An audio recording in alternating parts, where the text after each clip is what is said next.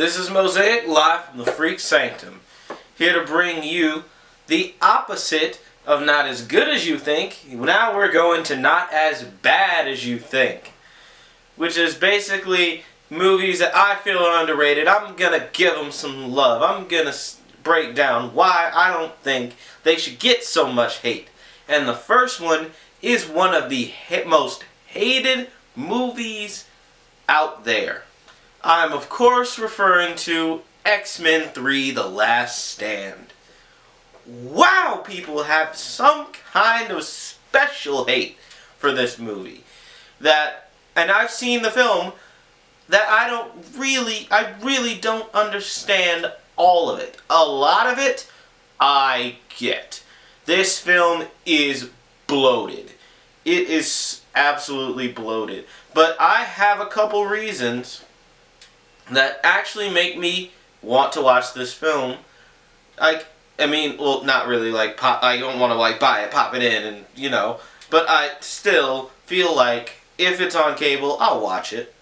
It's not that painful. Reason number one, the source material itself. Okay, when everybody thinks about what's wrong with this movie, the number one thing they say is that they butchered the Dark Phoenix saga. Okay, now, let's keep in mind, I've never read comic books. But I've researched this stuff. They combined two different storylines to make up this film. Why? Because the Dark Phoenix storyline wouldn't exactly fit in with the films that they had previously set. I looked up the Dark Phoenix saga. It contains aliens and all that crap. I believe they could have made a movie out of the Dark Phoenix saga, but it wouldn't have necessarily fit in the X-Men films that they had already. The first two X-Men films are pretty grounded. It's just mutants versus mutants, or mutants versus humans, and it's a very grounded film, so it can have that relatability. But people expected this to be the all-out spectacle. You have all kinds of aliens that have never been introduced before, raining down hell. And, sure, that would have been cool to see, but it would not have fit with the other two movies. It just wouldn't. And the other storyline that they combined with the Dark Phoenix saga is the Gifted saga, written by Joss Whedon himself.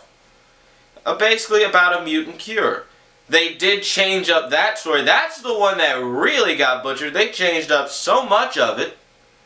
But it really helped tie in with the political aspect that these movies were had already set in. Just going all out crazy. You guys expected aliens to rain down from the heavens, all while Jean is, going nuts? I'm sorry, that's not how it would work. That's not how they could make it work, especially when they supposedly killed Jean off in the last film. That was when people got excited, like, oh my god, the next one's going to be Dark Phoenix. And then they got to X3 and they were all disappointed. They couldn't go many other places else. That's all I'm saying. They couldn't go too many other places else. They had to do something that would fit in the universe they had set up already. I still feel like they did the best they could with it. The final reason, number two, is that it actually had the characters stepping up onto a higher level, especially due to the character deaths that occurred in the movie. Did Cyclops need to die? No. I agree with you on that one. Cyclops did not need to die. That was unnecessary as crap. But Professor X dying? That's actually something I can get behind, because it forces the rest of the X-Men to step up to a higher level. Okay? Their mentor is gone. Their best friend has gone rogue. And their arch enemy is planning an all-out assault on a fellow mutant and on a human base on Alcatraz. Somebody had to step up their game. Logan really had to become a leader in this movie. He really had to become the leader of the X-Men. Cyclops was gone. Wolverine had to step up and take the torch. It's basically a torch being passed. The only two X-Men left from the first two movies are Wolverine, Storm, Colossus, who was a character we didn't get much of his character in the movies, but he stepped it up and became the X-Men that everybody knows. All of the characters had to develop into what they could be, what they had to be to deal with the situation that was at hand. A bloated situation nonetheless, but they had to step it up, and they did. They did succeed.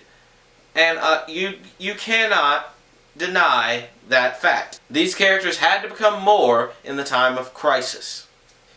Either way, that's my reasons why I don't think X3 is that bad. If you want to just chew me out about it, go ahead and put it down in the comments. Put as many negative ones as you want.